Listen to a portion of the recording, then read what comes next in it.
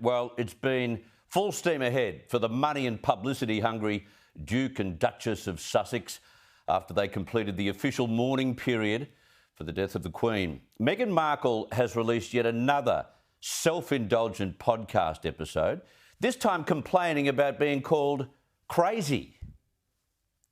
If the shoe fits. To discuss this and more, I'm joined by Sophie Elsworth, media writer at The Australian. Sophie, thank you very much for your time. This podcast is just one big whinge from what I heard. And her guests, she's supposed to have these guests, it's supposed to be about them. They're just audio wallpaper. Well, Chris, the recipe basically is whinge, complain, rinse, repeat.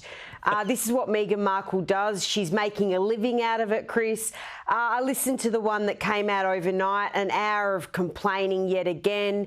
She did talk about some of her lowest points in her life, and Harry helped her seek help. Now, I'm not diminishing the seriousness of that, but she's actually now making a living out of this really quite depressing podcast that she puts out each week. And what's interesting too, Chris, is that she's hired a fact checker for the podcast.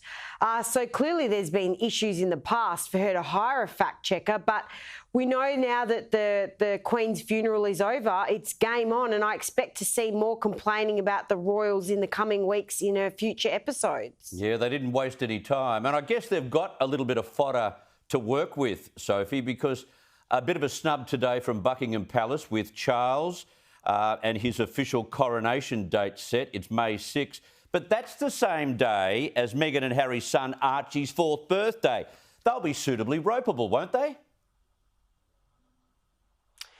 Well, Chris, isn't this the classic tactic of what you do when you don't want someone to come to one of your functions? You hold the function on the same day. Yes. And this is what they're doing with the coronation. So I think this is quite deliberate. I mean, how else could you take it? But I think there'd be a lot of people in the UK, including the royal family, who would be quite pleased if Meghan and Harry were not there at the coronation. Well timed. I love it. Now,